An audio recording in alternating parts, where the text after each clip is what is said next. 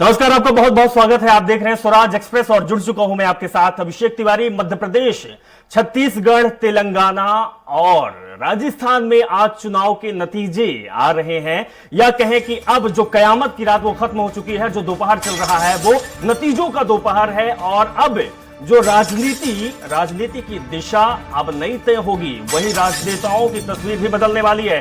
क्या कुछ खास होगा, हम आपको हर अपडेट देंगे। आप स्वराज एक्सप्रेस के साथ जुड़े रहिएगा। इसी बीच में आपको बड़ी खबर सुना रहा हूं। छत्तीसगढ़ में बीजेपी 54 से ज्यादा सीटों पर आगे चल रही है। बड़ी और अहम जानकारी आप तक पहुंचा पा रहे हैं। अंबिकापुर से टीएस सिंहदेव लगातार पिछड़ते जा रहे हैं। गरियाबंद की बात की जाए तो कांग्रेस 2759 मतों से पीछे है। वहीं बीजेपी खेमे में जश्न का माहौल दिखाई दे रहा है।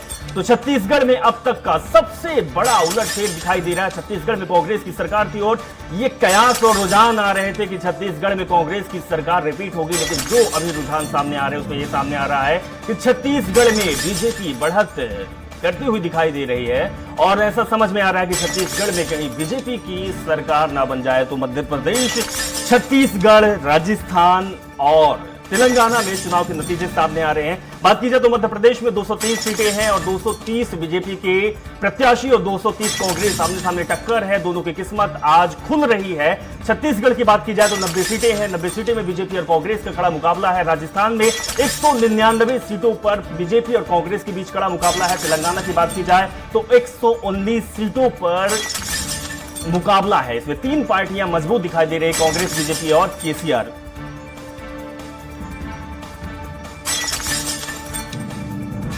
तो मध्य प्रदेश और राजस्थान में अगर बात की जाए तो बीजेपी बढ़त करती हुई दिखाई दे रही है। जो रुझान सामने आ रहा है तो छत्तीसगढ़ का भी रुझान नहीं है। बीजेपी दफ्तर में जश्न का माहौल है। हम जानेंगे कि आगे छत्तीसगढ़ में क्या कुछ चल रहा है। हमारे साथ कांग्रेस के नेता सुरेंद्र शर्मा जी जुड़ चुके हैं और बीजेपी के नेता नवीन मार्कंडेय भी हमारे साथ जुड़े हुए हैं। आप दोनों को बहुत बहुत स्वागत है। रुझान कुछ अलग ही दिशा तय कर रहा है। सुरेंद्र शर्मा जी, सरकार आपकी थी लेकिन अब उलटफेर होता हुआ दिखाई दे रहा है। क्या कुछ चल रहा है आपके दिल और दिमाग में? धड़कनें तो बढ़ रही होगी साहब।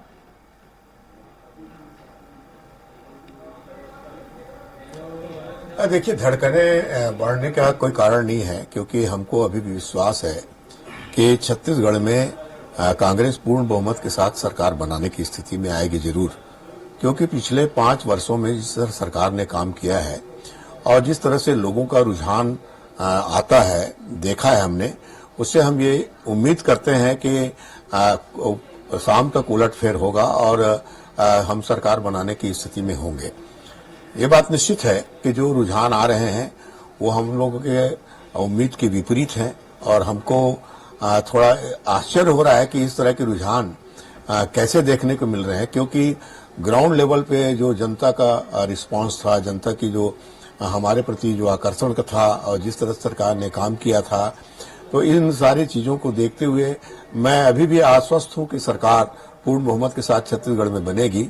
अभी 2, 3, 4 राउंड हुए हैं और 20-20, 21-21 राउंड तक चुनाव होना है। तो एक राउंड में भी बहुत सारे सीटों पे जो बढ़त है वो बहुत ही मामूली बढ़त है, वो कभी भी उलटफेर हो सकता है। तो ये हम कह सकते हैं कि शाम तक हमको प्रतीक्षा करनी चाहिए। मगर हाँ, इस बात को स्वीकार करने में मुझको आपत्ति नहीं है कि जो अभी रुझान आ रहे हैं वो हमारी आशाओं के विपरीत है। चलिए सुरेंद्र शर्मा जी, किसी ने सच ही कहा है कि जिंदगी में आशा और निराशा है, इसी से गुजर जाना ही जीवन की परिभाषा है। राजनीति भी यही कहती है। नवीन मार्कंडेय जी, आपको उम्मीद तो इतनी नहीं थी जो रुझान बता रहा है। अगर नतीजों में तब्दील ये हो जाता है तो अब तो फिर जश्न का माहौल बनता ही है। क्या कुछ कह रहे हैं आप? क्योंकि अभी तक जो आपके नेता कह रहे थे छत्तीसगढ़ को लेकर, उनसे जब बातचीत हो रही थी, उनका सिर्फ बीजेपी और कांग्रेस के आंकड़े को कम करना उद्देश्य माना जा रहा था, लेकिन अब जो रुझान है वो आपकी तरफ बढ़ते दिखाई दे रहा है। नवीन जी।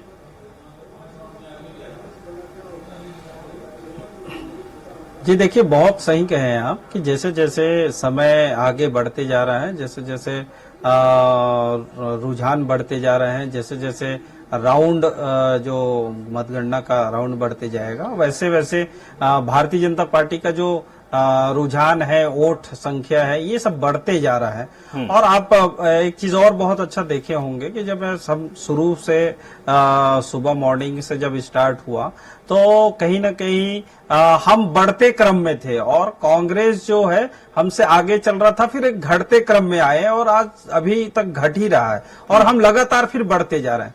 तो देखिएगा हमारा जब रुझान जो स्टार्ट हुआ तो वो लगातार बढ़ते जा रहा है और अभी तक उसमें कमी नहीं आई, लेकिन कांग्रेस की कमी आई और इस तरह से ये लगातार जो राउंड होते जा रहा है और हम बढ़ते जा रहे हैं, हमारी वोट संख्या बढ़ते जा रहा है और इससे ये स्पष्ट पता चलता है कि छत्तीसगढ़ की जनता ने भारतीय जनता पार्टी को, भारतीय जनता पार्टी के नेतृत्व को, नरेंद्र मोदी जी की गारंटी को और छत्तीसगढ़ में जो 5 साल धोखे की सरकार चली, जो बहुत ज्यादा लोगों को एक तरह से ठगने का काम किया, वादे पूरे नहीं किए और बहुत सारे ऐसे करप्शन पर मुख्यमंत्री सहित पूरे लीडर्स इनके जो है उसमें फंसे हुए हैं, उस पर सीधा इन्वॉल्वमेंट है, वो चीज आज देखने को मिल रहा है। आप इस रुझान में देखिएगा कि कम से कम 8 इनके जो मंत्री हैं वो धराशायी की स्थिति में हैं।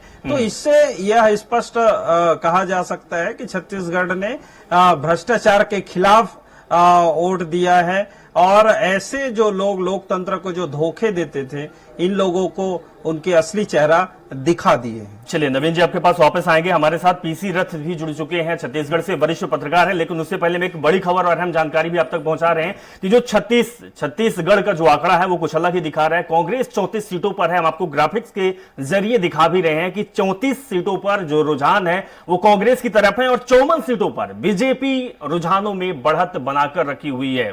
हमारे साथ हमारे पत्रकार, हमारे सहयोगी भी जुड़े हुए हैं, हम उनके पास चलेंगे। दिलीप साहू के पास चलेंगे कि क्या कुछ आंकड़ा कहता है छत्तीसगढ़ का, क्या कुछ माहौल है, क्योंकि जो रुझान है वो बीजेपी की तरफ दिखाई दे रहा है। दिलीप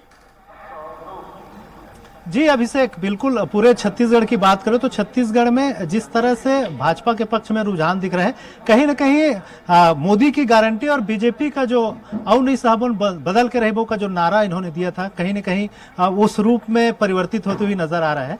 और खास करके रायपुर जिले की 4 सीटों की बात करें, राजधानी रायपुर की 4 सीट, इसके अलावा रायपुर ग्रामीण, आरंग, अभनपुर और धरसीवा, इस 7 सीटों में बीजेपी के जो प्रत्याशी हैं वो बढ़त बना रहे हैं और बड़ी लीड के साथ बढ़त बना रहे हैं। बता दें कि रायपुर पश्चिम से जहां राजेश मुणत 8,200 वोट की लीड पर है, वहीं रायपुर उत्तर की बात करें तो पुरंदर मिश्रा 12,000 से अधिक वोटों पर लीड कर रहे हैं। इसी तरह रायपुर दक्षिण से बृजमोहन अग्रवाल 10,000 से अधिक वोटों के साथ लीड बनाए हुए हैं अपने। इसी तरह धरसीवा की बात करें तो अनुज शर्मा 13,000 वोटों से आगे चल रहे हैं।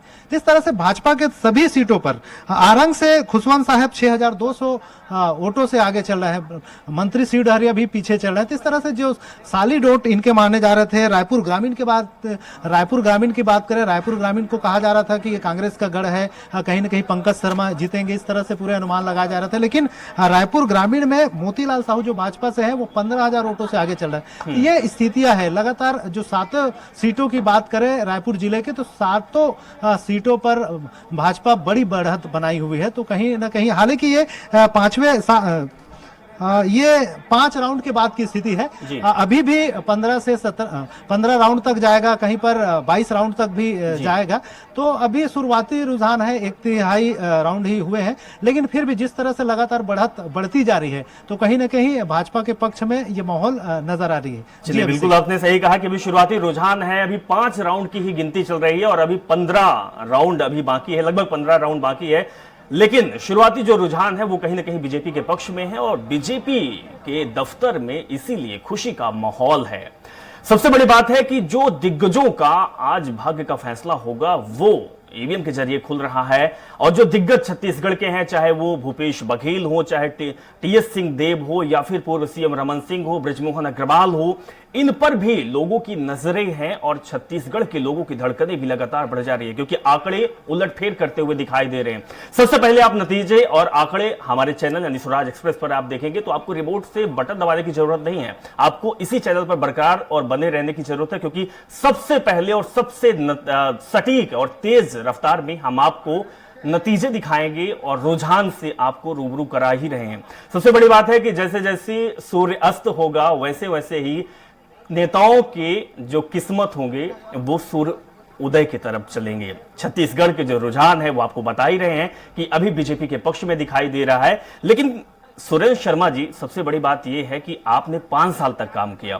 ये कहा जा रहा था कि भूपेश बघेल आदिवासियों के मन में बस चुके हैं, आदिवासियों के लिए काम किया है, बहुत काम किया है, उनको हराने और सरकार जाने की उम्मीद बिल्कुल भी नहीं है। लेकिन जिस तरीके के आंकड़े दिख रहे हैं और दूसरी बात जो आपके धुरंधर नेता हैं वो भी कहीं ना कहीं अब फंसते हुए दिखाई दे रहे हैं। शर्मा जी,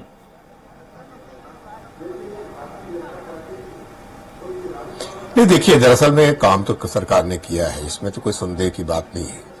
अगर आप वनांचल की बात करेंगे तो छत्तीसगढ़ की सरकार ने पहली बार किसानों को जमीनें वापस की, तेंदुपत्ता खरीदी की कीमत बढ़ाया, वनोपज खरीदी को 7 जिन्सों से बढ़ाकर 65 जिन्स किया, उसमें वैल्यू एडिशन भी किया, किसानों को लगातार 5 साल तक 2500 रुपए से अधिक धान का कीमत दिया, उनकी माली हालत में काफी अच्छा सुधार भी हुआ। और यहाँ पर राम वन गमन पथ से लेके सांस्कृतिक जो जितनी भी योजनाएं हैं वो सारी कुछ चलाई। इसीलिए हमारे ये समझ में नहीं आ रहा है कि ये ऐसा क्या हुआ है कि जो रुझान जो दिखाई दे रहे हैं, मैं कह रहा हूं कि सरकार ने छत्तीसगढ़ के जो सपने थे, छत्तीसगढ़िया लोगों के जो सपने थे, किसानों के जो सपने थे, उसके अनुरूप सरकार ने 5 साल काम किया है। मगर अभी जो रुझान आ रहे हैं, मैंने कहा ना आपको कि मैं हमारे आशा के विपरीत है। ये जरूर है कि 5 साल के सरकार चलने के बाद थोड़ी एंटी इनकम्बेंसी लेकिन शर्मा जी बात ये है कि आपने 5 साल तक तो लोगों के लिए काम किया है, किसानों के लिए काम किया, आदिवासियों के लिए काम किया, तेंदुपत्ता के लिए काम किया, लेकिन जो रुझान है वो भी आपके लिए काम नहीं किया। जनता कहां गई थी? जनता का जो ठप्पा लगा हुआ था ईवीएम में वो बीजेपी के पक्ष में क्यों लगा? क्या भरोसा नहीं था? क्या एक ही बार मौका आपको देना चाहते थे? आखिर ये रुझान कहीं ना कहीं इशारा तो दूसरी तरफ कर ही रहा है। शर्मा जी, नहीं, ये सब चीजों को पर चिंतन करने की आवश्यकता पड़ेगी। और हालांकि मैं अभी भी आपको कह रहा हूं कि मैं उम्मीद नहीं छोड़ रहा हूं और मुझको विश्वास है कि देर सवेर शाम तक हम सरकार बनाने की स्थिति में आ जाएंगे और परिणाम हमारे पक्ष में होगा। ऐसा मैं ऐसा उम्मीद भी करता हूं, मुझको विश्वास भी है। मगर निश्चित रूप से जो रुझान आए हैं ये हमको इसके संबंध में तो बैठ के समीक्षा करनी होगी, चिंतन करना होगा कि ऐसा क्यों हुआ। मेरे हिसाब से इस तरह की परिणाम की उम्मीद कतई कोई कांग्रेसी, कोई पत्रकार, कोई समीक्षक, जितने भी एग्जिट पोल हैं, किसी को ये इस तरह की उम्मीद नहीं थी। जिस तरह के रुझान सामने आ रहे हैं ये हमारे लिए अप्रत्याशित है और इस पर चलिए सुरेंद्र शर्मा जी, हम आपके पास वापस लौटेंगे। हमारे संवाददाता दिलीप भी हमारे साथ जुड़े हुए हैं। दिलीप, आपके पास भी आएंगे कि आखिर रायपुर में इतना बड़ा बदलाव क्यों दिखाई दे रहा है। उससे पहले पीसी रथ हमारे साथ जुड़े हुए हैं, वरिष्ठ पत्रकार हैं। जो असमंजस्य की स्थिति बनी हुई है शर्मा जी की, शायद आप ही सुलझा पाएंगे कि आखिर जो रुझान है वो बीजेपी के पक्ष में क्यों आ रहा है। पीसी रथ जी। जी, ये जो रुझान है, जैसा कि हमारे साथी दिलीप साहू जी अभी बता रहे थे, पत्रकार साथी यहाँ के जो इस चैनल से, तो फील्ड पे उनका कहना था कि ये 5वें राउंड तक के आंकड़े हैं। यानी 5वें राउंड के बाद अभी 20 राउंड तक, मोटे तौर पे आमतौर पे एवरेज ले लें तो 20 राउंड तक के चुनाव के नतीजे अभी आने बाकी हैं। 15 राउंड के नतीजे आने बाकी हैं, यानी कि 5 राउंड तक के नतीजे अपने सामने, और इसमें काफी उठापटक हो सकता है। लेकिन एक जो ट्रेंड दिख रहा है, जो कांग्रेस 75 पार का दावा कर रही थी, वो 75 पार का दावा सिर्फ कॉन्फिडेंस अपने कार्यकर्ताओं के बढ़ाने के लिए था और निश्चित रूप से ये नेक टू नेक की लड़ाई थी, क्योंकि तीसरा कोई राजनीतिक दल उस तरीके से नहीं था। और दोनों पार्टियों के बीच में, दोनों राष्ट्रीय पार्टियों के बीच में, कांग्रेस और भाजपा के बीच में एक तरह से छत्तीसगढ़ और मध्य प्रदेश में सीधी टक्कर थी। तो यहाँ पर ऐसी स्थिति में वोट निश्चित रूप से मुद्दों पे और अभियानों पे, चुनाव अभियान में, मैनेजमेंट में, इन सब चीजों पे निर्भर करता है। और अगर हम देखें कि कार्यकर्ताओं के हिसाब से 5 साल सत्ता में रहने के बाद भी कांग्रेस उस तरह से मजबूत पार्टी नहीं दिखती है जितनी कि भाजपा कार्यकर्ताओं और कैडर बेस्ड पार्टी है। तो कांग्रेस को अपने तौर पे ये समझना चाहिए कि उसको चुनाव में राजनीतिक सफलताएं हासिल करने के लिए कैडर बेस्ड पार्टी में खुद को तब्दील करना जरूरी है। और क्यों जरूरी है? क्योंकि इस तरह के चुनावी रुझान से अगर उसको बचना है तो ये क्लियर कट उसके लिए एक सबक हो सकता है। और दूसरा, कार्यकर्ताओं को संतुष्ट रखने की कोशिश। भाजपा की जो पिछले 15 साल की सरकार है, उसके जाने का कारण भी ये था कि कार्यकर्ताओं को नकार दिया गया था और कार्यकर्ताओं के स्तर पर एक जो सरकार के प्रति, रमन सिंह सरकार के प्रति उस समय जो नाराजगी थी, उसी के कारण भाजपा को सत्ता से हटना पड़ा था और कांग्रेस को मौका मिल गया, क्योंकि दूसरी मजबूत पार्टी कांग्रेस थी। तो अभी का जो शुरुआती रुझान है वो हमको जो दिख रहा है उसमें निश्चित रूप से जो चुनावी फोरकास्ट जितनी थी, जितने तरह के एग्जिट पोल के नतीजे थे, उससे ये अलग रुझान दिख रहा है। लेकिन ये शुरुआती रुझान है और आगे चल के इसमें तब्दीली आएगी। मुझे लगता है ये नेक टू नेक फाइट होगी और जैसे भी नतीजे आए, लेकिन कुल मिलाकर राज्य में मजबूत विपक्ष की स्थिति होगी। सरकार कोई भी दल दोनों में से बनाए, लेकिन विपक्ष के पास भी अच्छी खासी सीटें होंगी, ये मुझे लग रहा है। इससे लोकतंत्र मजबूत होगा और इससे सरकार एक तरफा काम नहीं कर पाएगी और लोकतंत्र में उसको जनता के हित में काम करने के लिए बाध्य होना पड़ेगा। इसके लिए एक मजबूत चलिए पी साहब, वो मुद्दे जो रखे हुए थे भूपेश बघेल ने, जिन पर उन्होंने काम किया है, या फिर वो घोषणाएं जो कि कांग्रेस पार्टी के बड़े नेता, चाहे राहुल गांधी हो, प्रियंका गांधी हो, या फिर भूपेश बघेल हो या टीएस सिंहदेव हो, उन्होंने रखा है, वो काम नहीं आया।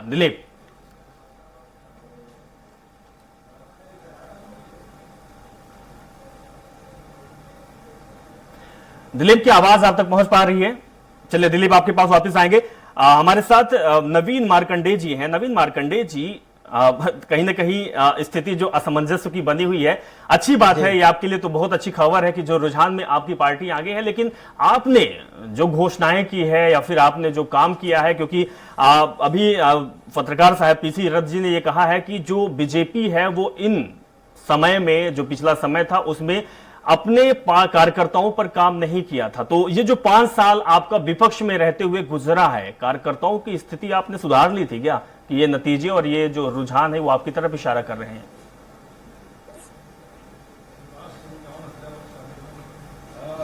देखिए, ऐसा है कि शुरू से जब भारतीय जनता पार्टी की सरकार बनी तो हमने जनता के लिए और कार्यकर्ताओं के लिए और सभी लोगों के लिए काम किया है। लेकिन लगातार हम जब सत्ता में थे तो कहीं ना कहीं ऐसा लगता था कि हमारा काम नहीं हुआ। लेकिन जब कांग्रेस की सरकार देखे तो कांग्रेस की सरकार और भारतीय जनता पार्टी की सरकार को कार्यकर्ता ने भी तुलना की और जनता ने भी तुलना किया। ये दोनों चीज में बहुत स्पष्ट दिखाई देता है कि भारतीय जनता पार्टी सबके लिए, सबके साथ और सबका विकास और सबका विश्वास के साथ काम करता था। लेकिन जब कांग्रेस की सरकार बनी तो धोखे का काम हुआ। एक तरफ महिला वर्ग के लिए इनने बड़ी धोखा की कि भाई गंगा जल को हाथ में रखकर कसम खाएं कि शराबबंदी करेंगे, लेकिन उनने किया नहीं। और ना ही उसका जो कर्ज माफी करने की बात थी उसको भी नहीं किया। नरवा गरवा घुरवा बारी के इसने योजना कॉन्सेप्ट लाए, लेकिन उसमें इतना भ्रष्टाचारी रहा कि कहीं ना घुरवा दिखता है, ना कहीं नरवा दिखता है, नहीं कहीं बाड़ी दिखता है। तो इन सारी चीजों में जो छत्तीसगढ़ की जनता को जो ठगा है, धोखा दिया है और भ्रष्टाचार आप देखे होंगे कि लगातार कोयले में, रेत में, चावल में, ये जो महादेव ऐप के नाम से ऐसे बहुत सारी चीजों में लगातार घोटाले पर घोटाले परत परत आते गए और इसमें इनके परिवार, मुख्यमंत्री से लेकर मंत्री मंडल, इनके लीडर्स सारे फंसे हुए हैं। तो ये सारी चीज को जनता ने देखा कि ये तो छत्तीसगढ़ को आगे बढ़ाने के लिए इनको सत्ता में दिए थे, लेकिन ये तो लूट रहा है और एकदम दोनों हाथों से लूट रहा है। तो इस कारण से छत्तीसगढ़ की जनता में एक भावना जागी कि भाई नहीं, बदलना है, इसको बदल के रहेंगे। तो इस तरह नवीन जी, हालांकि जो 5 साल आप विपक्ष में रहे तो ये मुद्दे इतने हावी नहीं हो पा रहे हैं जितने अब रुझानों के बाद आपके जो हौसले बुलंद दिखाई दे रहे हैं वो आप कह रहे हैं। पीसी रथ जी, सबसे बड़ी बात यह है कि चाहे बीजेपी हो या कांग्रेस हो, सबसे बड़ी जो स्थिति बनी हुई है ये कि भारतीय जनता पार्टी की अगर सरकार बनती है तो सीएम कौन बनेगा, और दूसरी बात, अगर कांग्रेस पार्टी की सरकार सूबे में बनती है तो क्या भूपेश बघेल ही सीएम रहेंगे या फिर टीएस सिंहदेव को मौका मिलेगा? ये एक कहीं ना कहीं लोगों के जहन में ये सवाल भी है और जानने के लोग सोच भी रहे हैं कि आखिर क्या होने वाला है। लेकिन सबसे बड़ी बात यह है कि जिस तरीके से भारतीय जनता पार्टी ये कह रही है कि बहुत सारे घोटाले हुए, महादेव ऐप का नाम बड़ा तेज आया, सुर्खियों में आया और चुनाव के एन वक्त पे आया, क्या ये जो कुछ घोटाले या कि कुछ जो विपक्ष ने घेरने की कोशिश की है, क्या ऐसा भी हो सकता है कि जनता का मूड चेंज हुआ हो और जनता बीजेपी के साथ चल रही हो?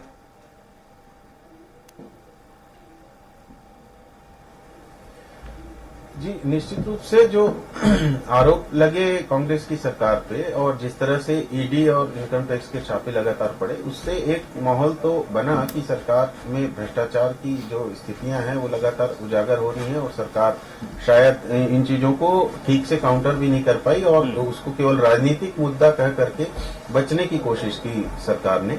जबकि अगर उसमें कुछ न कुछ तथ्य थे, नहीं तो वो मतलब बहुत सारे लोगों को और हमारे जो पत्रकार तबके को बहुत सारी उन चीजों की जानकारियां भी थी इस तरह से कि ये कुछ चल रहा है प्रदेश में जो कहीं न कहीं मिलीभगत को बताता है और सरकार अगर साफ सुथरी दिखना चाहे तो उसे इन चीजों को क्लियर करना चाहिए था। लेकिन ये केवल राजनीतिक मुद्दा बोल के उससे बचने की कोशिश करना एक तरह से शुतुरमुर्गी तरीका जो है वो शायद जनता ने पसंद नहीं किया। दूसरा, जो रोजगार को लेकर के पीएससी के घोटाले जो सामने आए, उसमें भले पीएससी का एक स्वतंत्र निकाय हो लेकिन उस पर नियंत्रण तो सरकार को होना चाहिए। कोई मुख्यमंत्री अगर अपने नाक के नीचे चल रही परीक्षा लेने की संस्थाओं का इस तरह से दुरुपयोग होते देखता है तो उसको उस पर नियंत्रण करना चाहिए। तो उससे उस जिम्मेदारी से भी सरकार, भूपेश सरकार बच नहीं सकती थी। तो युवा वर्ग का आक्रोश उस तरह से रहा होगा निश्चित रूप से और उसका फल जो है इस तरह से रुझानों में हमें नजर आ रहा है। क्योंकि व्यापम के घोटाले का नुकसान मध्य प्रदेश में उस तरह से भाजपा के छवि को लगा था और उस पर जांच लगातार नहीं हो पाई। लेकिन छत्तीसगढ़ में जो भूपेश बघेल की कामयाबी जो थी वो छत्तीसगढ़ी और छत्तीसगढ़िया संस्कृति उसको सामने लाने की थी, जिसका बीजेपी ने भी अनुकरण किया। और बीजेपी के नारों में इस चुनाव में आप देखेंगे कि 50% से अधिक नारे छत्तीसगढ़ी में बीजेपी ने उपयोग किए इन चुनावों में।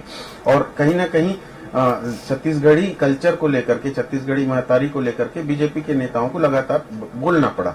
तो ये एक तरह से छत्तीसगढ़ की अस्मिता को लेकर के जो चीजें इस चुनाव में और क्लियर हुई और उसको लेकर के जनता के बीच में एक संदेश गया कि अगर हम दबाव बनाएं तो सरकार जिसकी भी हो वो हमारे तरफ नजर रखेगी और हमारे संस्कृति को बचाने की कोशिश करेगी। चलिए, तो पीसी रथ जी ये कह सकते हैं कि भारतीय जनता पार्टी ने एन वक्त चुनाव के पहले ही इन मुद्दों को लेकर खींचा है और सरकार को घेरने की कोशिश की है। दिलीप, आपके पास क्या कुछ अपडेट है? दिलीप जी अभिषेक, बता दें कि जिस तरह से स्थितियां हैं लगातार जो हो रहे हैं, अलग अलग राउंड के बाद अपडेट आ रहे हैं। 5 राउंड के बाद की स्थिति तो मैंने रायपुर जिले के बताई, जिस तरह से सभी सीटों पर बीजेपी के जो प्रत्याशी वो बढ़त बनाए हुए हैं। वहीं पूरी छत्तीसगढ़ की बात करें तो छत्तीसगढ़ में भी बीजेपी की ही बढ़त नजर आ रही। हालांकि लगातार जिस तरह से कांग्रेस ने 75 पार के नारे दिए, बहुत सारे दावे किए, वो दावे अब कमजोर पड़ते हुए नजर आ रहे हैं। हालांकि अभी भी लगभग 15 राउंड की जो मतगणना है वो बाकी है, इसलिए कुछ कहा नहीं जा सकता क्या उलटफेर हो सकता है। लेकिन अभी जो शुरुआती रुझान है ये कहीं ना कहीं बीजेपी इस पर बढ़त बनाई दिखाई दे रही है। शुरुआती रुझान है, शुरुआती रुझान में भारतीय जनता पार्टी बढ़त बढ़ाई हुई है, लेकिन अभी भी 15 राउंड तक की अभी जो काउंटिंग है वो बाकी है। लेकिन सबसे बड़ी बात यह है कि छत्तीसगढ़ में अभी जो मोराल है वो भारतीय जनता पार्टी का बिल्कुल बूस्ट हो रहा है और जश्न का माहौल बना हुआ है। लेकिन हम ये अभी भी कह रहे हैं कि छत्तीसगढ़ में अभी भी उलटफेर हो सकता है। और सबसे बड़ी बात है कि जो छत्तीसगढ़ में बड़े बड़े दिग्गज नेता हैं, उनकी जो साख है वो दांव पर लगी है। हर अपडेट आपको देंगे, लेकिन रुकेंगे छोटे से ब्रेक के लिए, फौरन वापस आते हैं।